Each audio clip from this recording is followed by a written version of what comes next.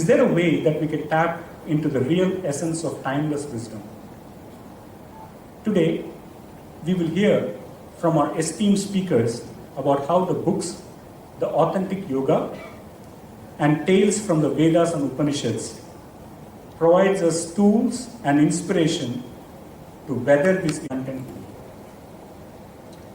Heartfulness Institute has been working silently over 75 years now in propagating world peace, harmony, and set of practices, tools, and techniques like meditation, cleaning, prayer, in working towards our cherished global vision.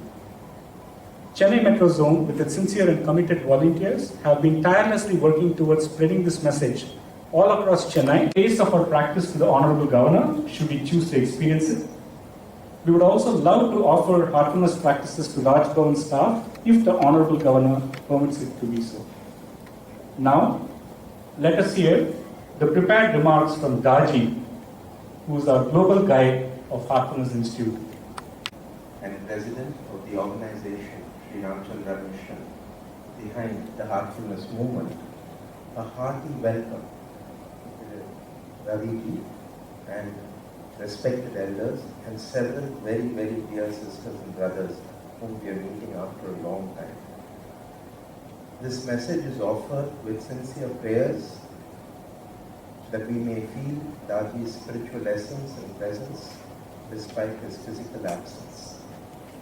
On a lighter vein, he hails from Gujarat, but he spent many years here in Chennai, and he starts and concludes this message on an interesting note, which we will just hear now.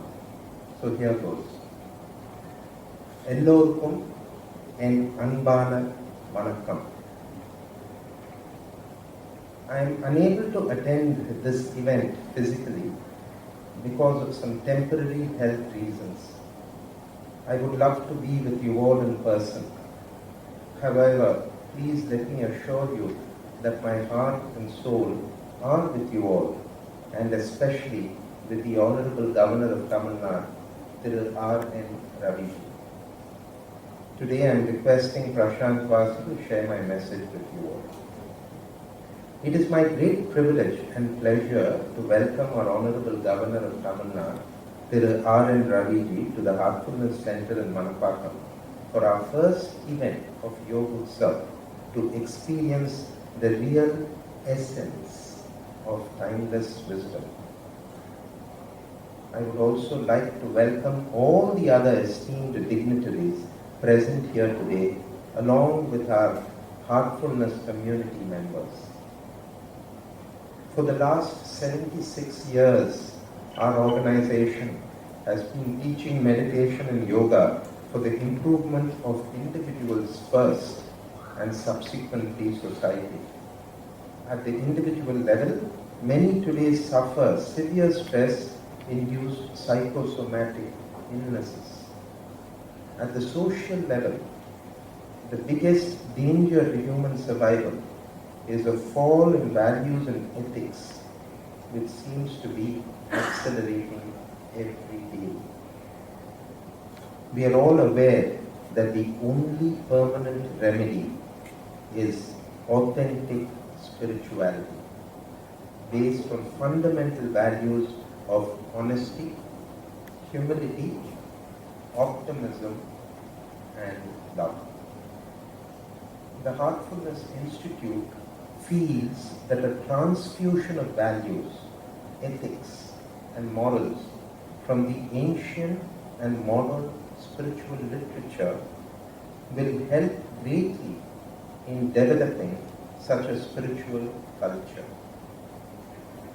We have already published Sri Vinoba Bhave's talks on the Bhagavad Gita, Sri Ramchandraji's Truth Eternal, and James Allen's book As a Man Thinketh in many languages. Tales from the Vedas and Upanishads, as well as the authentic yoga based on the Yoga Sutras of Patanjali are the latest additions to the series.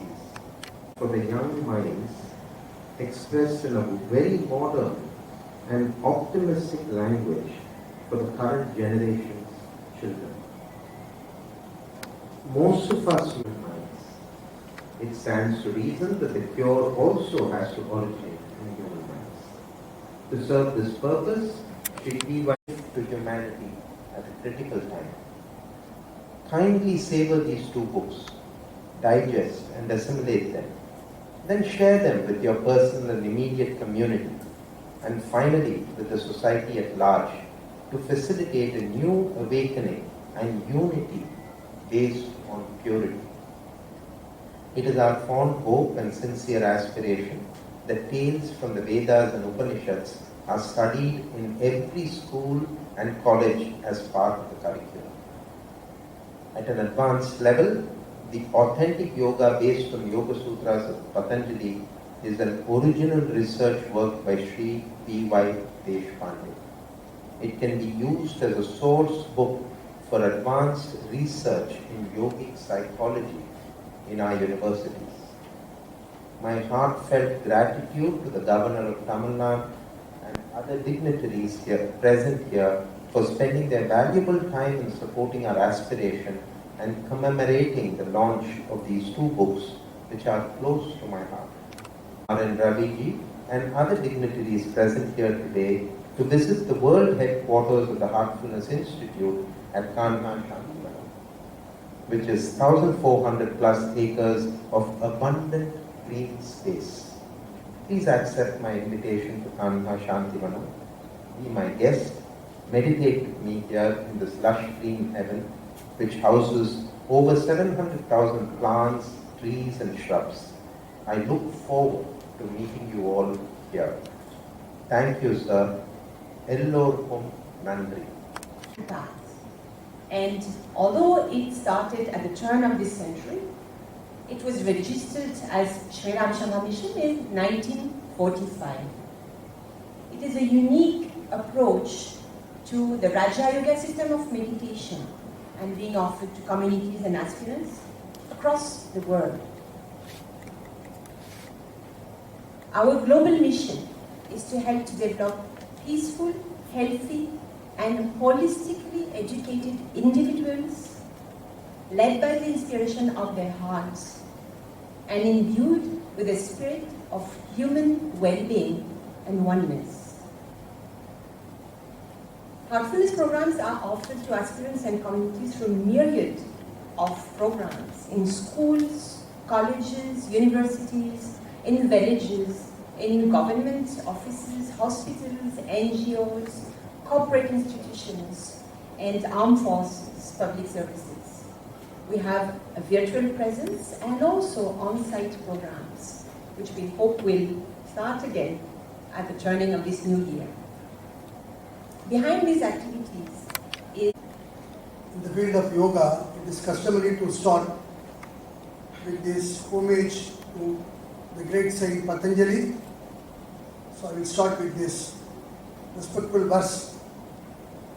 Yogena jittasya padena vacham malam sharirasya vaidhyakena yogagarottam avaram muninam patanjalim pranjaliranatosmi.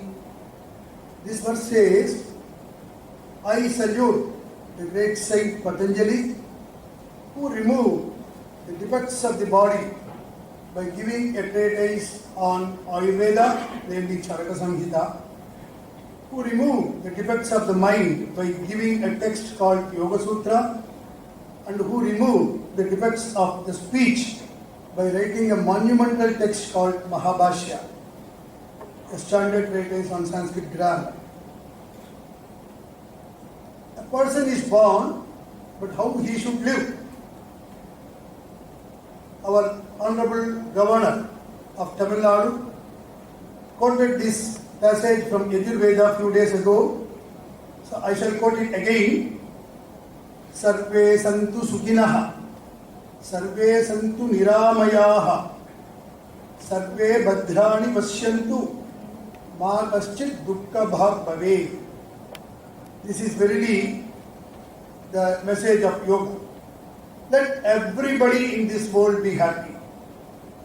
that no one have any disease whatsoever, that all the people see only good things, auspicious things, and let no one suffer in this world, no one experience sufferings in this world. This is what Patanjali's Yoga Sutra aims to give all of us without the restriction of color, caste, creed, sex, religion, nationality, etc., etc. And this is what Heartfulness also stands for. So this is the aim of yoga, to remove the ailments of the physical body as well as the mental aspect of human being. For the removal of the physical diseases, because it is very important that we maintain a good health. So says Kalidasa also, Sharira Madhyam Kalu Dharma Sadhanam. The first and foremost duty of everyone is to maintain a good health, to keep his body fit. And Patanjali, bearing this in mind, has prescribed asana and pranayama in his yoga. That is, the postures as well as different breathing techniques. All these things were later developed so well by the subsequent yoga teachers, especially in the branch of Hatha Yoga. And to make our mind peaceful, calm, and to do useful service to the society, Patanjali prescribes many means. But as it is said, man is a social animal. But how to become a human being? So Patanjali starts his Yoga Sutras or the Ashtanga Yoga by giving the moral and ethical values, that is the 5 yamas and 5 niyamas. And later on he prescribes meditation. This is what Heartfulness also teaches us. Through meditation, Patanjali says, all the vrittis, all our mental disturbances are cleansed. It's an absolute joy to share with all of us the context and content behind the tales from the Vedas and Upanishads that has been published by the Heartfulness Institute and by Daaji himself, and if time permits, conclude with a little bit of personal association with stories. How many of us are wondering, what has this book got to do with the Heartfulness movement? How many may have that question? Nobody has that question, okay. But we still need some context. The Heartfulness movement aspires to impart an evolutionary impetus to society. It does this by offering a set of transmission-aided, unique meditative practices that stoke in each individual the call for the infinite and help them consummate this journey. When a critical mass of people thus inspired embrace these unique set of practices and the associated heartfulness lifestyle, society as a whole transforms. A key constituent of future society are the youth and children of today. So they form the better world that we are trying to create. This book aims to influence and impact that pool of people who are going to be part of a better tomorrow. The Heartfulness movement impacts and inspires children in many ways. The most direct way and the most endearing way is the fondness that the spiritual guides of heartfulness themselves have for children. The first guide, Lalaji, was known to be a great lover of children, as Babuji describes it. There is a wonderful story of Babuji, the second guide of heartfulness, offering toys to children.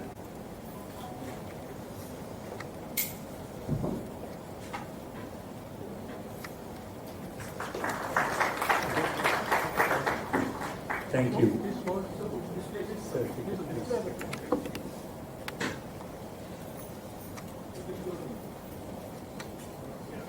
Sir, I now request our Honorable Governor Thiru R and Ravi to present the Thiru TV, Thiru Venkat Lakshmi Narasimham, Senior Director, organizers of Heartfulness Institute, distinguished invitees, gracious ladies and gentlemen, Anaivarkum, Vanakkam, Namaskar to all of you. I thank the Institute for giving me this opportunity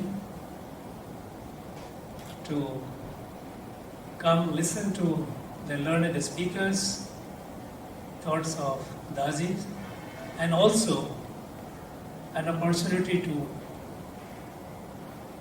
share some of my thoughts.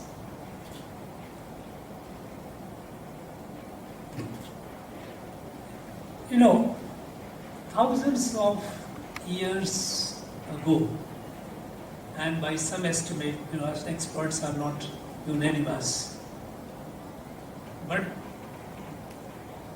the general majority of experts, they confirm to the view that is about 6,500 years ago, the time of Rig Veda, that our great rishis,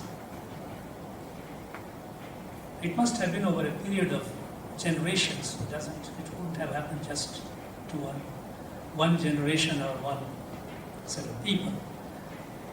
The realization came. The fundamental realization of unity of creation. That every being in this creation is organically connected with each other. It's like leaves of a tree which has a million leaves. Two leaves are alike, and yet they are organically connected with the tree. So this organic, integral unity of creation, a sense of the Creator, and the fact that this creation is governed by a set of immutable laws. It's not arbitrary.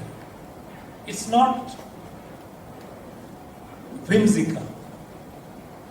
It follows immutable laws, and that's how the comprehensive understanding of the creation of the universe comes. What they call is a Rit Siddhant, this understanding of the unity of creation, that is oneness of creation and one creator, and the fact that this creation is governed, it conducts its affairs through immutable laws. Now this was something which was not intellectual, because in our Indian tradition, Bharatiya Gyan Parampara, unlike the West, intellect is not sovereign. There are a lot of things which is beyond explanation. If you try to explain through reason, reason humbles down. When we listen to music and feel enthralled by it, how to explain it intellectually? You feel different emotions that it creates. When you see a beautiful flower, the feeling that it gives you is not something. So this is anubhuti, intuitive understanding, experience. So the knowledge is composed of intellectual understanding, which we try to understand through our Jnanendriya, the 5 sense organs, and something beyond that is anubhuti, that we experience intuitively. And only the two, when they come together, you get a philosophy is not darshan. Darshan is much more than that. It's a combination of your intellectual understanding and intuitive understanding. A combination of the two. How do you see things? So this yoga, we have experts. They have spoken very well, and in fact, is quite a learning experience for all of us.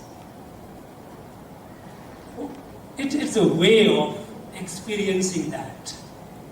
And when we realize that realization comes that we are all integrally, organically connected, then becomes Mama Atma Sarva Bhutani. Then it takes away the conflict, it takes away the differences, it takes away whatever adversely impacts our individual and collective lives. It also is an answer to a very formidable challenge ruling the world today, and that is climate disaster, which is looming. It is the anthropocentric view of life that humans are at the center of creation and the rest of creation is just for enjoyment. It has led to reckless destruction of nature and natural resources. And we are getting the curtain raiser of this through some disasters off and on.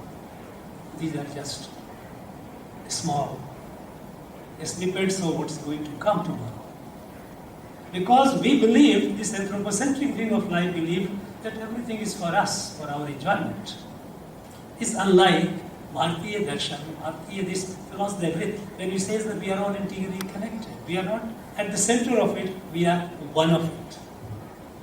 And so, your relation with your environment, our relation with everything around, is not exploitative, but it is a harmonious coexistence.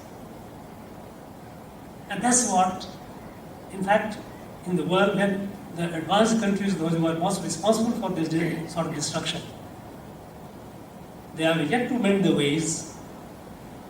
Bharat has taken a way forward by taking bold decisions, by going for clean energy.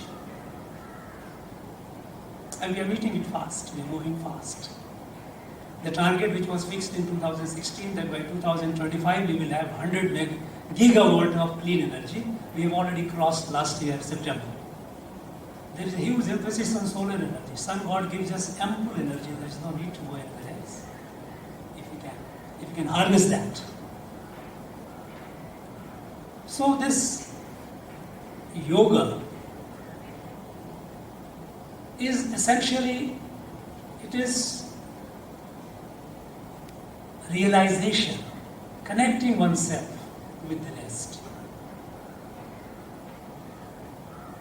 And what comes in the way? Dharma is our responsibility.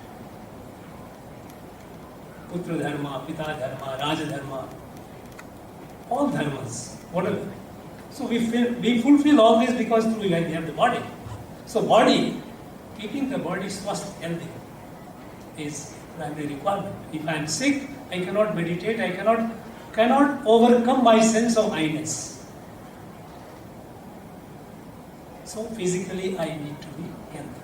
So your asanas, pranayams, to overcome one barrier of distraction caused by physical I. And then it takes to the higher level of through meditation and other practices where we connect.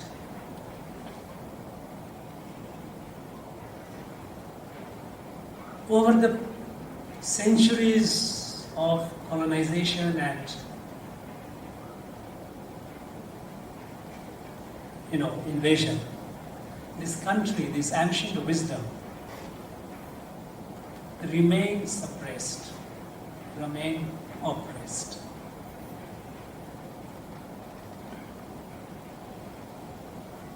But being eternal, it could not perish.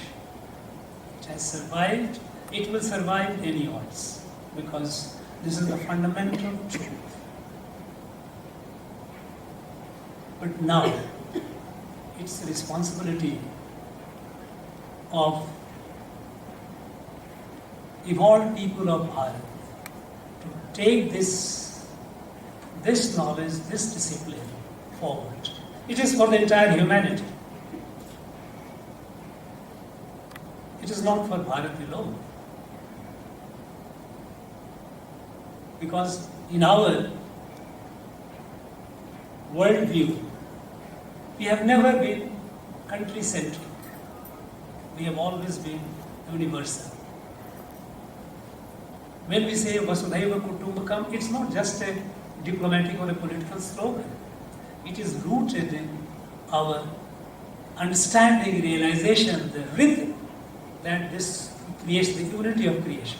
We are all one, which is within the reach of a common man or woman. Today is the age of market. Everything is a commodity. So even yoga has become a marketable commodity. You hear about rock and roll yoga, rock yoga, hot yoga, cold yoga, all kinds of yoga. Because it has become a craze. And world has come to realize that yes, the benefit of it, so it has acceptance all over, irrespective of political ideology, irrespective of theological differences, yoga is widely accepted. And so it is important that in this age of market, when we have too many varieties, too many variations, whatever appeals to the customer, produce. You tailor it according to the taste of the customer. That's not the way wisdom transmits. This is not the way the knowledge is passed on. So in this market age, producing this book, Authentic Yoga, is creditable, and its author deserves all the credit. A big thank you from all of us. Maybe because they thought that I am coming today, so the organizers, they passed out one copy of each yesterday to me, and I went through the books. So I had the advantage of reading the book before I came.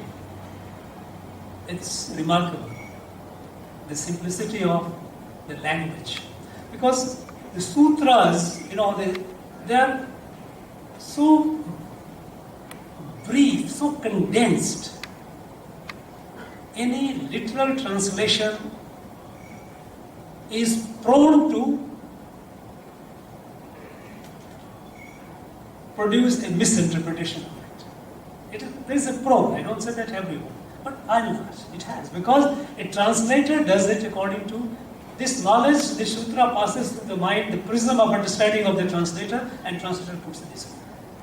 This is what I have found even in Thiru R. The great wisdom of Thiru R.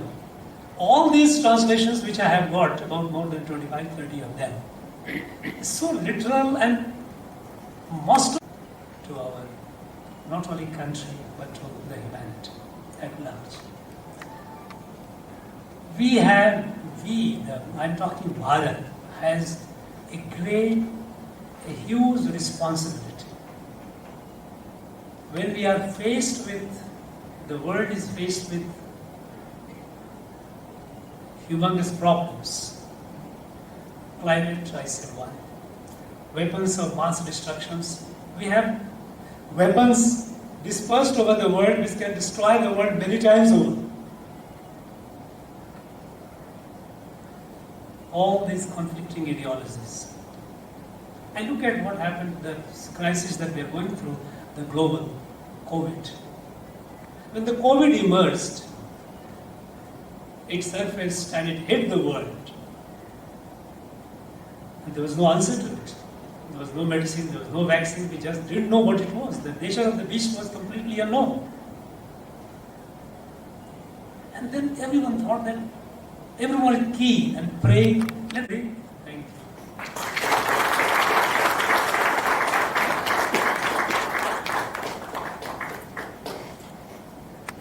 The scintillating speeches by our honorable chief guest and other speakers. I'd like to wholeheartedly thank and express our gratitude to our Honorable Chief Guest, Honorable Governor of TamilNadu, Thiru R and Ravi, for taking time out of his busy schedule, especially during the weekend, and coming over here to honor us with this address. He beautifully explained the unity of creation, and he gave an excellent, nice example, simple example of how we are like a tree with billions of leaves. Thank you, sir.